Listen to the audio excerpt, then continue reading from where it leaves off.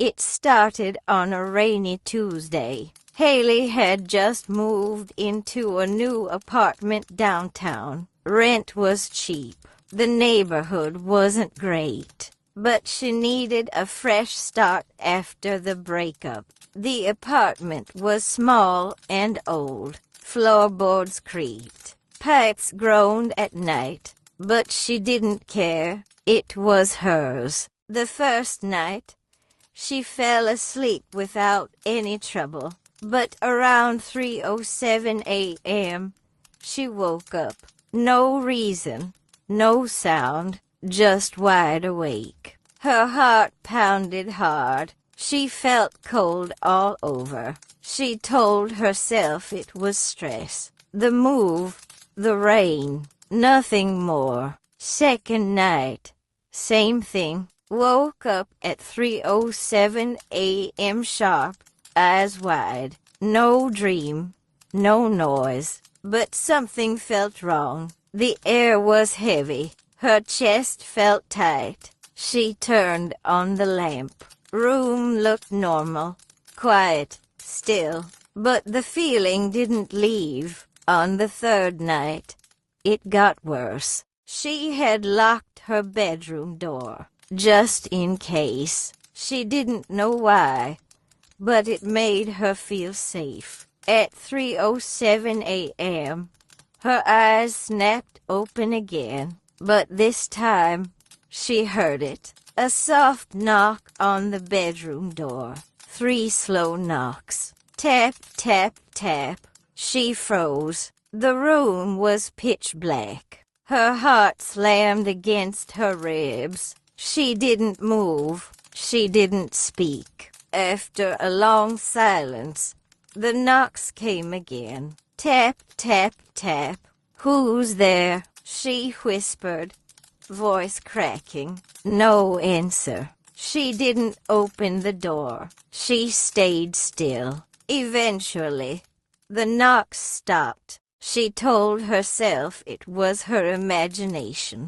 Maybe the building was settling, or a neighbor. But every night after that, the same thing happened. 3:07 a.m. Eyes open.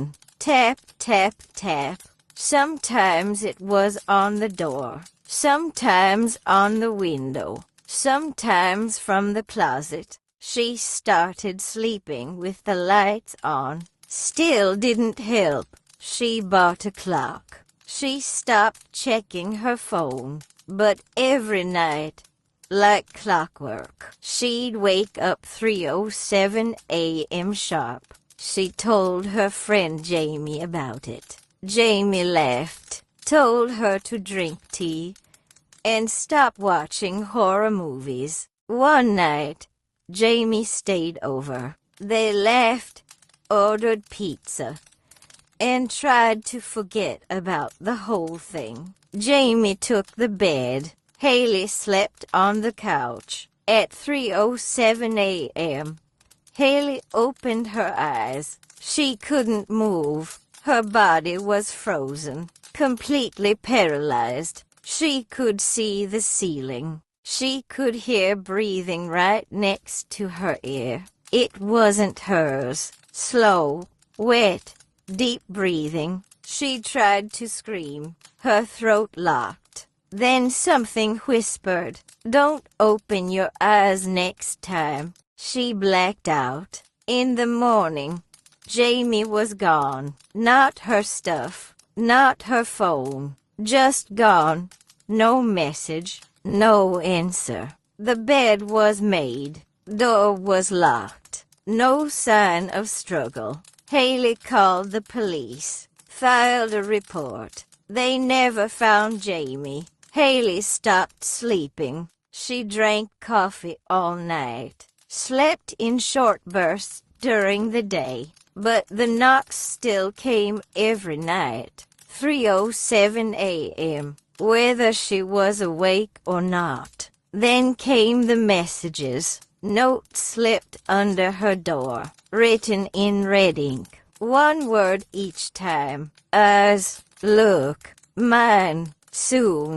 She moved out a week later. Took a room at a hotel near the freeway.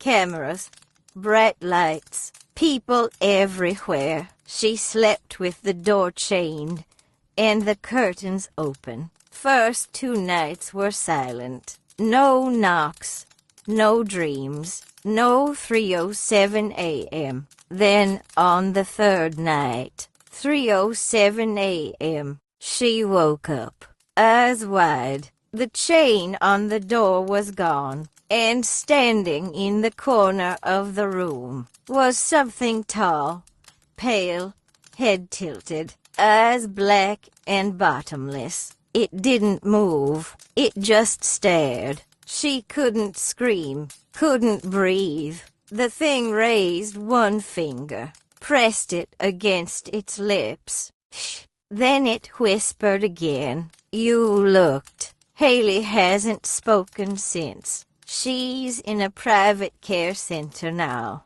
She doesn't sleep, doesn't blink. She just stares at the corner of her room. Every night, someone checks on her. They say if you go in at 3:07 a.m., her eyes finally close, but only for a moment. Then they snap open again, and she whispers one word, run. Every night, Eleanor heard scratching under her bed. She lived alone in an old farmhouse, tucked between 2 dying oak trees. The house creaked like it breathed. The walls seemed to whisper at night. But she had learned to ignore the sounds until the scratching started. At first, she thought it was mice. So she bought traps.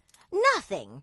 Then she thought maybe raccoons in the crawl space. But it wasn't coming from under the house. It was directly under her bed. Soft, deliberate, scratch, scratch, scratch. She started sleeping on the couch. The noise never followed her there, but every time she stepped foot into the bedroom, it was waiting. Scratch, scratch, scratch. One night, curiosity won. She got on her knees and lifted the bed skirt. Nothing empty, but the moment she stood back up, the bed moved. Not a full shake, just a subtle shift, like something had crawled back under. She called a local handyman the next morning. He laughed, said she was probably dreaming. Oldwood plays tricks on the mind, he told her. He checked the crawl space.